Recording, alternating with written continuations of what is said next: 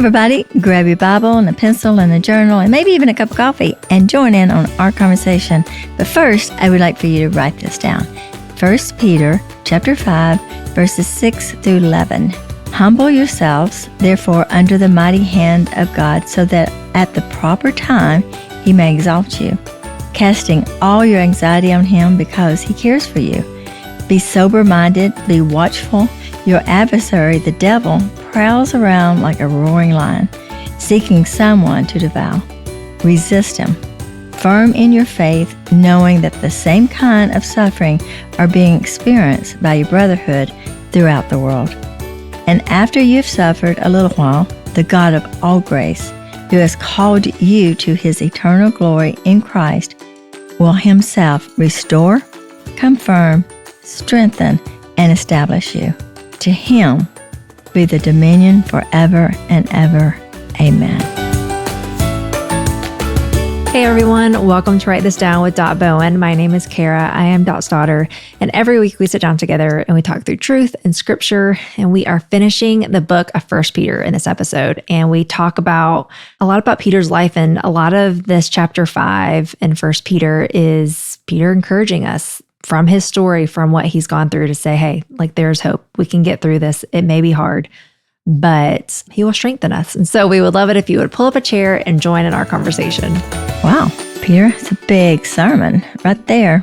That is a lot. I have a lot written in my chapter 5 margin. Like there's In your Bible? Mm-hmm. In my Bible. Yeah, like all this. Wow, well, you can preach. Well, I don't know that I can, but I was like partly listening to you and partly looking at what I have written, which I guess I really like this chapter. Yeah. But I went into what it means to restore, confirm, strengthen, and establish, which I think other translations may use different words here. I'm not sure. But I went into a deep dive with all those words on here. Those are huge. It's just okay, what does that actually mean? Which I'll just read it. Let me just read it. Okay, it's go. Really, Cara, it looks why like don't a you lot, just read but it's it? not. Yeah. It's not really, because I'll just kind of brief it. But to restore, and I think knowing me, I probably looked up the Hebrew word, not just Webster's dictionary. You mean the Greek word? The Greek, or did you do the Hebrew? The Greek. No, I did not do Hebrew. I didn't translate Greek to Hebrew to English. I'm not. That's a lot of studying. Yeah, no, I did not do that. The Greek. So restore, it means to equip or to complete, to mend what's been broken. To confirm means to place firmly. It's constant, stable, steadfast. Oh yeah, I did, because I have the Greek words written next to it, which I'm not going to even try to say. Strengthen. Oh, wait, sorry. Go back to confirm. To turn resolutely in a certain direction. So in other words, you're turning it this is it is going in one way, going another. Steady, this is, but resolutely, so it doesn't turn back. Strengthen. It's talking about the soul, not physical strength, but it's to make strong in spiritual knowledge and power. So it's more of a soul strength versus a physical. Yeah. Mm-hmm. Or a spirit. Yeah. That's what it means by what I mean by soul. But a spiritual strength, not a physical strength. And then establish says to lay a foundation, again, make stable. And then I have Matthew 7:25 reference for some reason. Oh, because you didn't collapse because the foundation was on the rock. Mm-hmm. So I think it's which that reminds me of Peter, because it says on this, Jesus says it's Peter, but on this rock I will. Yeah, which Peter means the rock. What did it say? Peter. Yeah, that's it. That was on his confession. He asked him, who do the people say that I am? He said, you are the Christ. And he said, because of that, I'll build my church, I'll establish it. And yes. Yeah. For some reason, I was I feel like I have some reference of Peter and a rock in my, vague. And that is what Peter means, anyway, is a rock. Mm-hmm. Which, if you think about what God is promising in this, is in the middle of suffering. In the middle of suffering, the God of all grace, He's going to, that's what He's going to do for us. He's going to make us strong in our spirit, in our soul. He's going to establish us in in a firm foundation kind of way, where you can't, like a rock, you can't be moved. You are going to, be placed firmly, and you're going to be equipped, and He's going to mend what's been broken. That's a lot of hope. That's a lot of hope. I'm okay with that. Yeah, exactly. I love chapter 5. You're teasing me I think you even extended that in our last conversation. But you've been teasing me throughout the week about, because every time I talk about like 1 Peter 4 or whatever, just with you and I, just in general conversation, not on this conversation, we would say, "Oh, we're about what time we're gonna record," or like in those kind of conversations. And it always would be about. You kept talking about 5, and I was like, "Stop talking. We're not talking about 5 today. We're talking about 4." But you could not wait to. It seemed like you couldn't wait to get to chapter 5. And I don't think that I really thought I couldn't wait. It was on your mind, at least. It seems like. Yes, and I tell you why. A lot of my thoughts on chapter 5. Of course, Peter's getting to the end of his life, and he talks about that. He talks about seeing God in glory. And I think that this letter, and in the end of it, he's telling you so many hard things. He's going to say, you're going to suffer, over and over again, that you're going to suffer and things are going to happen. And then he tells you that you're in spiritual warfare. You're going to be, Satan is the devil, he's coming after you. He's going to want to devour you. He's wanting to destroy your life. And then, he talks about so many things. And then it's like the end. I feel like if Peter was sitting here with us and he started, telling us, now, you're going to suffer and that life's going to get hard, but, hang on. And I think he would say this, and I can tell you this with confidence because I know. I feel like 1 Peter 5 is Peter's testimony. I feel like when he says, humble yourself, he was very prideful. I remember when Jesus was wanting to wash his feet, and he's like, oh, you're not going to wash my feet. And God said, you don't let me wash your feet, Peter, because that's such a humbling thing for Peter. Peter understood about being prideful, feeling like, he'd tell Jesus, like, don't say those things. I mean, telling God, like, don't talk about that's that. why he gets on my nerves a little bit. I know. He's very outspoken. But now he's learning. He's a changed Peter. He grows on me. And he says, God resists the proud. I know. He resisted me. I know what it's like to be prideful. Yeah, but he's experienced his grace because it says he gives grace to the humble. Yeah. And he says, and I also know what it's like to be attacked by Satan. Well, and all his anxieties, like the whole, like casting all your anxieties on him because he cares for you, like that too. He would definitely say that at the end, but I think he's building up. I think. Well, no, that was before he's talked about the devil. No, because he's saying he's a good shepherd. Jesus, talked about being a shepherd. Peter heard Jesus say, I am the good shepherd. He talks about all of these things. I think this humble yourself, casting all your cares on him because he cares for you, be watchful, your adversary, the devil. And I think probably, I just wonder, is when Peter was reciting and allowing this Silvanus, that was a friend of his, a faithful brother. What? Silvanus? Silvanus. At the end, he was talking and he was a friend of Peter, traveled with Peter. And I think he was saying to him, like, write this down, like, let's pay attention here, because I think that Peter wanted to give a testimony. And I think he would go back to that moment in Gethsemane when Jesus was, said, told the disciples to pray. And he specifically said to Peter, Peter, Satan has asked to sift you. And Peter goes to bed. Peter goes to sleep. And I think when Peter is telling you and I through this letter, be very careful, resist him. I think what Peter is saying, because I know what Satan can do. Yeah. Well, and I think it's like he's saying, like, after you suffered, like, I know what it looks like he will restore and confirm, strength, and establish you, because that's what he did for Peter. That's what he did for Peter. Yeah. Right. But it didn't come until Peter was humbled. It didn't come until Peter had fallen to temptation. We said this at the very beginning when we were talking about Peter. We said, that he's known for denying Christ. But yet he ends up being one of the biggest encourager of the church, and certainly died for his faith.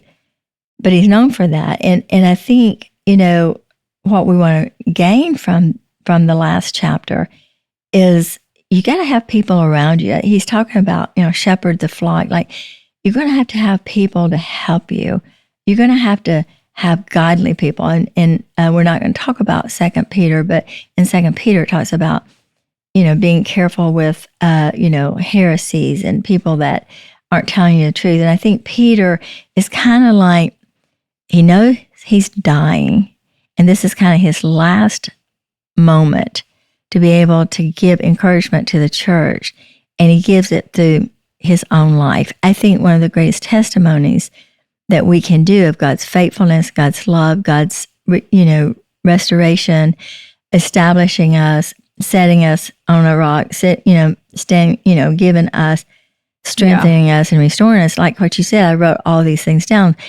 And that must have meant a lot to you during that time, or you would have not penciled. Well, I think what you were going to say is to speak to what God's done in our life. Right. And that's a great testimony of what God can do. And I think this is Peter's way of ending this letter with a great testimony of, I'm not just telling you to do these things. I'm telling you to do these things because I've lived it, and I know that you don't want to look back and regret some of the things that you're going to do. And I think when he says be sober-minded, be watchful, your adversary, the devil, prowls around like a roaring lion. I think, when he says be watchful, Peter was sleeping when he was, attacked by Satan, tempted by Satan. So anyway, all that to say, what Peter is saying is a couple of things. I know what I'm talking about. Been there, done that. But God restores. God changes lives. God establishes us. God makes us stronger.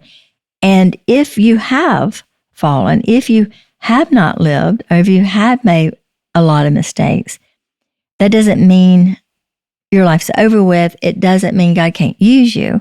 It doesn't mean that now you're, useless for God's to work in your life. God can use your story to strengthen and to encourage not only you, but also other people. And I think that that's such an encouragement and hope for someone that we've talked about so often, how much Peter talks about suffering. And I feel like he ends the letter with a lot of hope. So one thing I would like to touch on is in that verse 9 where it says, resist him, which he's talking about the enemy, the devil. Right.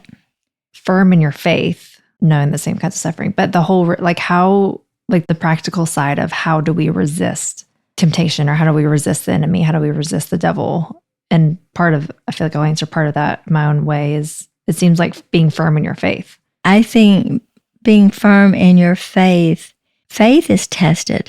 And I think based in the context of 1 Peter talking about suffering, I think suffering has a way of either causing you to walk away from your faith or strengthen your faith. And I feel like part of the suffering part is what your faith comes out. You're either going to have to make a choice.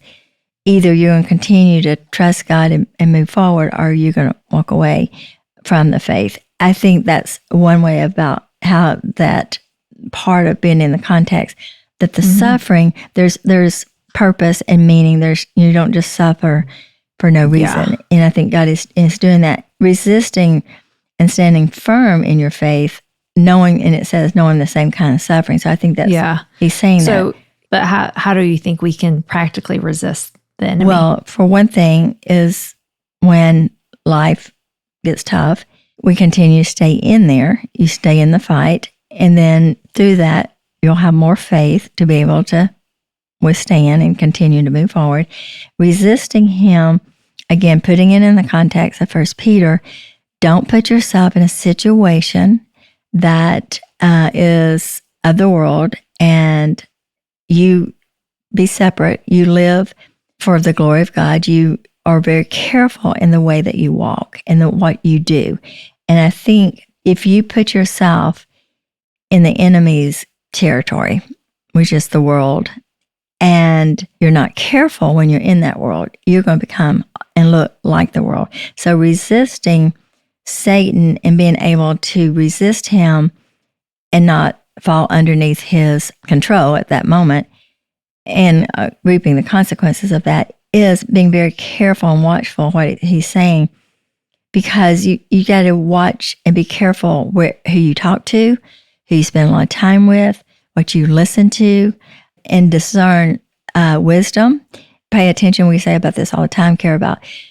Look for the fruit. Yeah, I was going to say like, but discerning what's the fruit of this. Yeah. And I think like, I'm thinking about my own personal life because I don't feel like I don't live a life where I put myself in quote unquote the world situations. You know what I mean? Like which I guess that's one way where I'm resisting the enemy. Well, I'm very thankful you don't go and party, but you do put yourself on Instagram. Yeah. But what I was going to say is I feel like, I'm not saying I'm not in the world. I know I'm in the world. I just mean like, I'm not putting myself in situations where it's like ungodly or like I don't live my life in that way.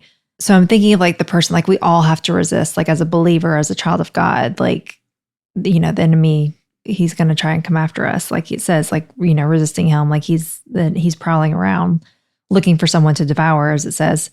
And so I'm like thinking my own personal life of like, what does that look like? And yeah, I think for me, when it's like, there's not a lot of like things that I'm doing. Like I'm not living this like worldly lifestyle where it's like, oh, I need to like stop this or that or whatever.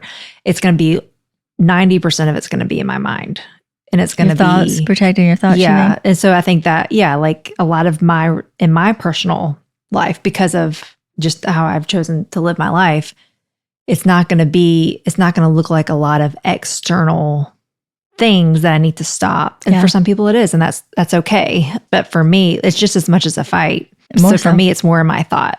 It's more of like, okay, I need to resist the devil. And what am I thinking about? What am I looking at? What am I choosing to repeat to myself? Yeah. Like what am I believing? What am I not believing? What am like, which I think that's like also like just as important. It's like both things where it's like, okay, how am I externally living my life? And then if there's not a lot there, it's like, okay, well then, because the enemy also knows how he can get to us. And I think that's a lot of like spiritual warfare where like the enemy knows he can't tempt me with certain things because it's you're like, not going to go and steal something, or you're not going to go murder somebody. Right. And I'm not going to go to certain places. So it's like that temptation. So, but he's going to tempt me to look at something that potentially could lead me to hopelessness, or put thoughts in my head that will try to tempt me to doubt God's goodness, or to even like what we talked about last week about God's love, like doubting God's love, or, so anyway, I think resisting the devil a lot for me is in my thought life, which then affects, emotions and thought life can eventually affect your external, like life, what you're doing. But anyway, I would say verse 7, where it says, casting all your anxieties on him. I think that's a way, as you're in spiritual warfare, meaning Satan is trying to get you not trust God. Satan is trying to get you to think you are God, and you can live your own life the way you want to live. When Satan is trying to do those kind of things, there's a lot of fear that comes in that, like, what if, and I can't trust God, and God's not come through. And I think in the middle of these verses, being sober-minded and watchful, it says, at the very beginning, casting all your anxiety on him. And so I think the way of doing that is when you begin to be afraid, usually like what you're talking about, there's always this, what if nothing changes? What if something does change to the worse? What if, all the what ifs. And because there's no answer to what ifs, because you don't know what ifs, because the what ifs is always in the future. And so there's so much anxiety when you don't know something, and especially when you don't have any foundation. So when you're saying what ifs in your mind, well, what if I get cancer? Well, what if the doctor calls? Or what if I lose my parents? What if I have to deal with, certain things? And so there's a lot of anxiety that comes with that. And I think that's part of resisting the devil. Like that he cares for you. And then going back to last week, how he loves you. Like, and like, we said, like, God loves us. So like, if he cares for me, I'm going to give him all of these fears that I have and trust him with all of my fears. I think that's one way of being able to resist Satan. Yeah. Well, and I think too, I feel like we reference this a good bit, but living a life with the Lord of like transparency and honesty. So, like casting all of that on him, like telling him, like, even if it's not anxiety, but like if you're dealing with hurt, like, cause then that could, or if it, like whatever's going your heart or pain, cause then that could lead to, if it doesn't, if it's not dealt with, it can lead to anxiety, or, you know what I'm saying? But it's like casting all of that on him because he does care. He, like, whatever you may seem, it may seem small to you. And that's something I have to remind myself of. Like, this seems silly. Or if I, I'm like, oh, I'm sad that, Auburn didn't win the basketball game. Well, I don't know. I hope that wasn't prophetic because as of now, they haven't lost. Yeah. But which I might look back on this because when this airs, I think actually it'll all be over. But anyway, yeah. But it's like I literally will have, it's like stuff like that where it's like, he may not care in the sense of, but I think he does care in the fact of, because I care. Like, he cares that I care. And so, but might as well cast it on him. Like, might as well talk to him about it. Let's go back to what you're saying. Yeah, casting all your anxiety on him because he cares for you. The way you cast it is to tell him. So when you're saying about being honest, like, God, maybe you don't care about Auburn basketball, but I do. And, I'm sad or, whatever. I think he cares about the players. Yeah. Absolutely.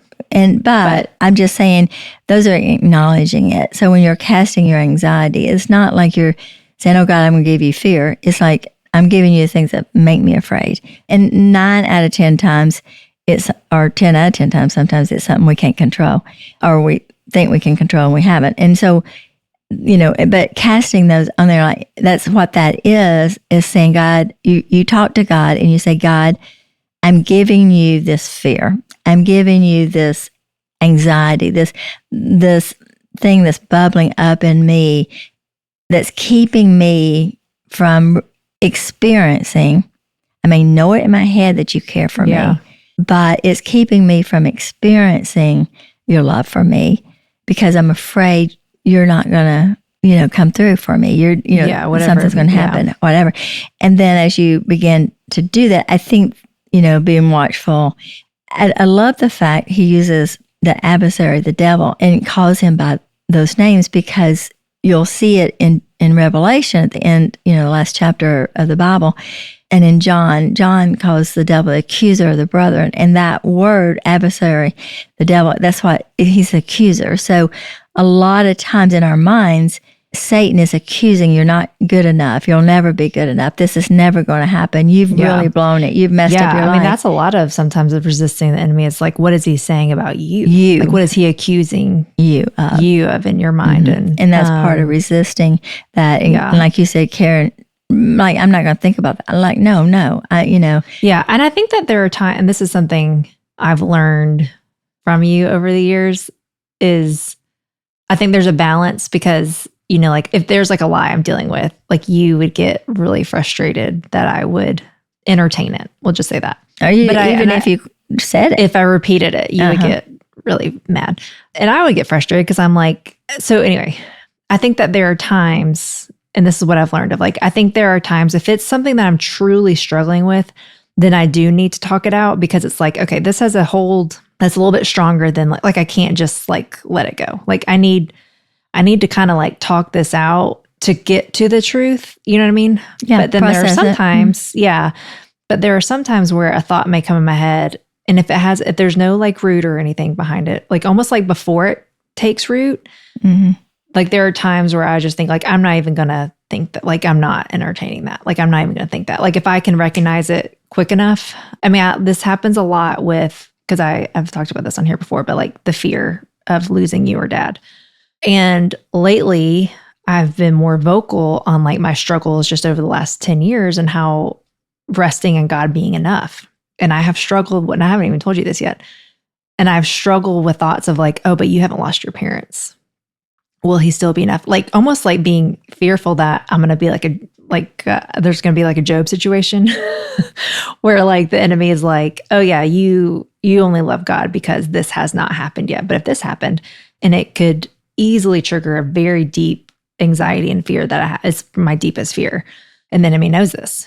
And before that thought because I know that that's not God warning me. That's the enemy trying to put fear and and doubt my relationship with the Lord. Like and before I even almost the thought finishes, I think that's not the Lord.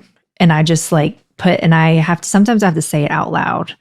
I'm like, that's not the Lord. That thought is not the Lord. God is not going to put fear. God is not going to put a thought in my head that is going to stir up fear. And you know what I mean? So anyway, I'm saying that to say, I think going back to resisting the devil and those thoughts of sometimes if you can catch them quick enough, if you know it's the enemy, and just dispelling it and just be like, that's not of the Lord. I rebuke that. I reject that. I'm not going to think about that. That's not true. But then there may be other thoughts where it's it's more of a struggle and you have to kind of sift and fight through it and you need to talk it out. But anyway. Okay, I have to defend myself over here because a lot of times you'll say things, and I've learned a lot from you. You're like, let me sit through this. Let me, process through this. And I really don't have a problem with processing.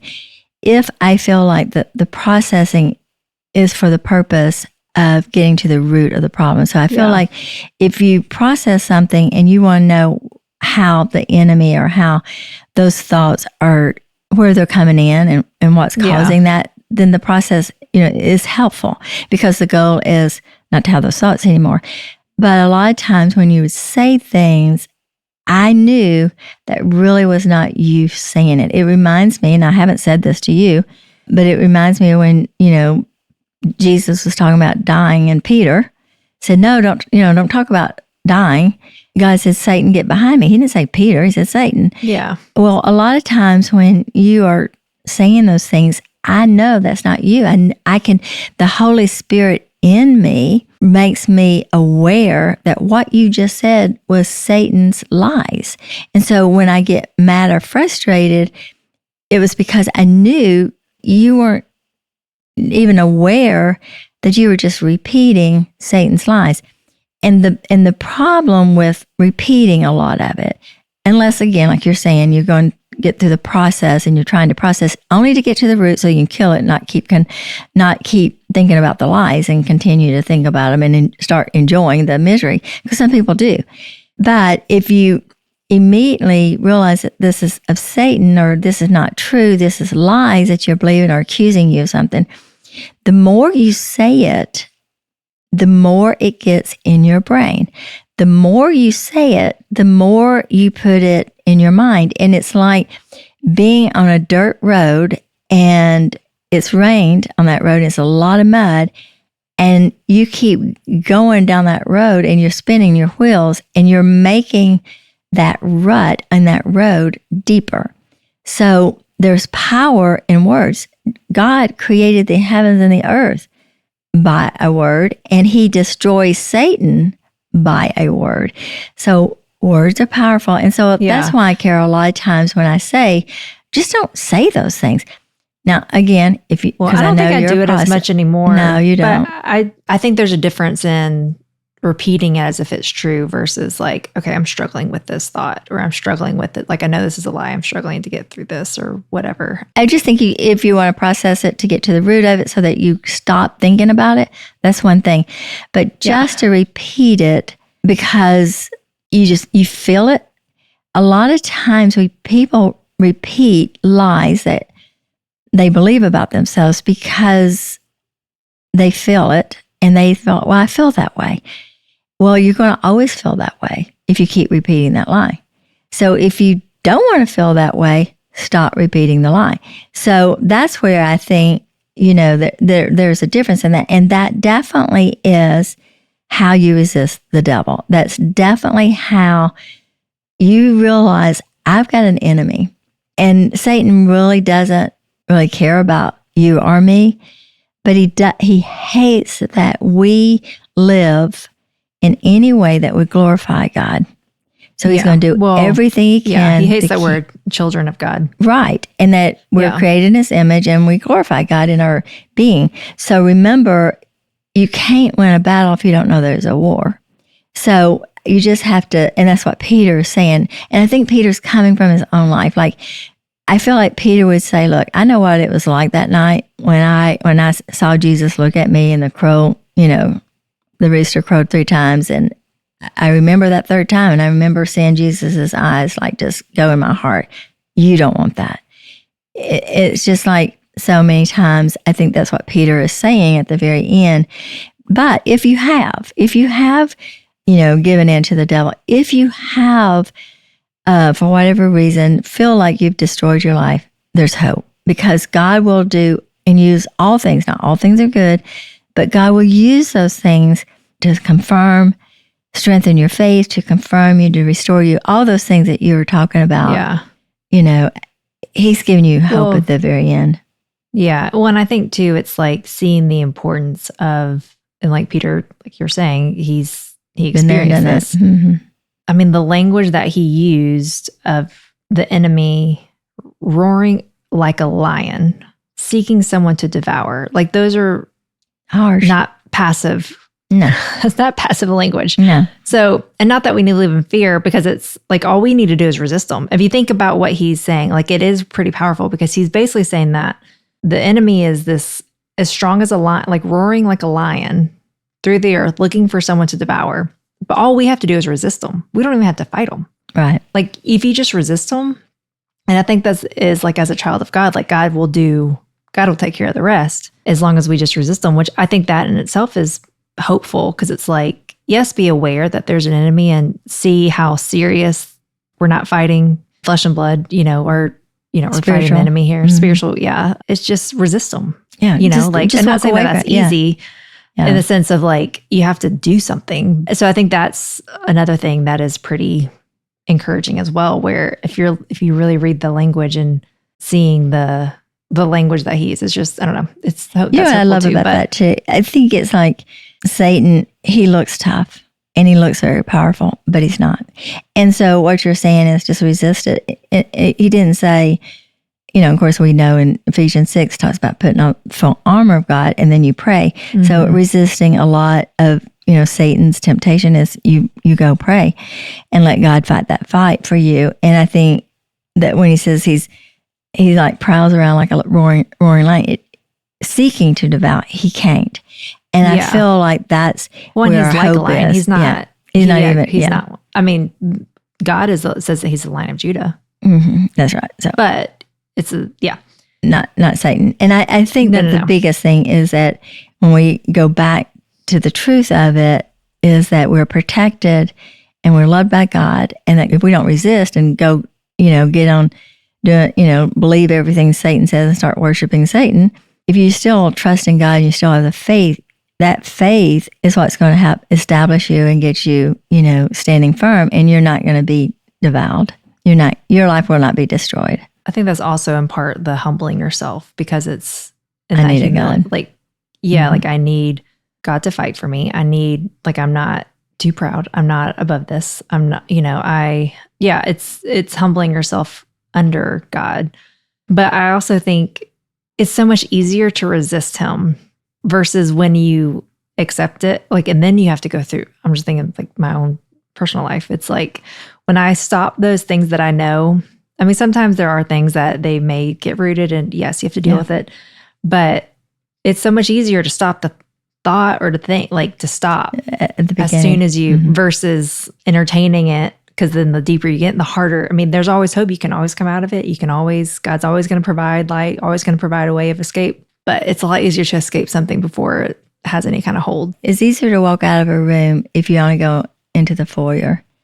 But when you go upstairs, go get in the bed, go, make yourself at home, there's a lot more layers that have to get out of that. The in-laws and the family like to point out that the Bowens are lingerers.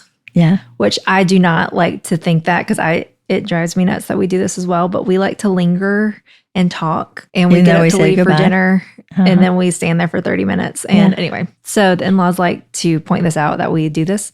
But I was thinking of like, it's easier to leave before you have a conversation. If you walk into the house, you don't need to converse with the devil. No, you really don't. No, have the conversation. If you go have a conversation, talk to God and just say, God, you deal unless you're with telling that. them to stop. That's where it's that's like, right. And I mentioned like, if I'm like, no, I'm not thinking that. And that's it. And we're not having a conversation about this. Yeah. And I think that this is a great, as we ending in Peter, I just found that here's Peter at the end of his life, and he's realizing that he is writing this letter to some people that are really having a hard time, but he's giving them hope. And he's saying, look, this too shall pass. And God, if you're scared, you're worried about it, just give all these things to God. Let God fight these battles for you.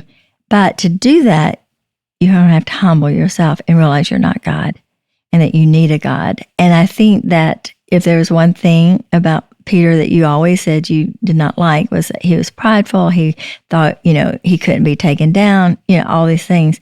And God allowed him to say, and even warned him, Peter, Satan is he wants to destroy your life. Resist him. You need to pray. And Peter fell asleep. And I think often we are almost like asleep. We're walking in our sleep. We think we can't fall. Take heed lest we fall. We're so prideful. We think, well, we'd never do that. That's a very scareful thing. That's why I think he says, humble yourself, clothe yourself with all humility, because you don't know what you're capable of doing until you're put in that situation. And then just give it all to God, casting all your cares, because he loves you. And he's warning you that you're not just in this world by yourself. You have God, and God's going to establish you. He's going to make you strong. But you also are in this world, and there's an enemy out there, and you're in a battle. And so don't worry about the battle. Don't be afraid of it. Just know you're, there. But let God fight this battle for you, and keep the faith. Keep trusting God, and keep understanding that you're not alone, and that God has given you everything that you need to establish you and to restore. I love the fact that it says restore. I think, isn't that what you said? One of those words were making it right. What was the restore? Mend what's been broken. Mm-hmm. And I love that, because so many times we feel like we're broken because of life and our sin or mistakes, that we cannot be restored. And God that's one of his best works, is how he takes what's broken and makes something beautiful out of it. Thanks for listening. I'm so glad that you could be a part of our conversation. To continue the conversation, you can find Dot on social media at .bowen, or visit her website, .bowen.com. Subscribe, like, and share with your friends, and we will see you next week on Write This Down with Bowen.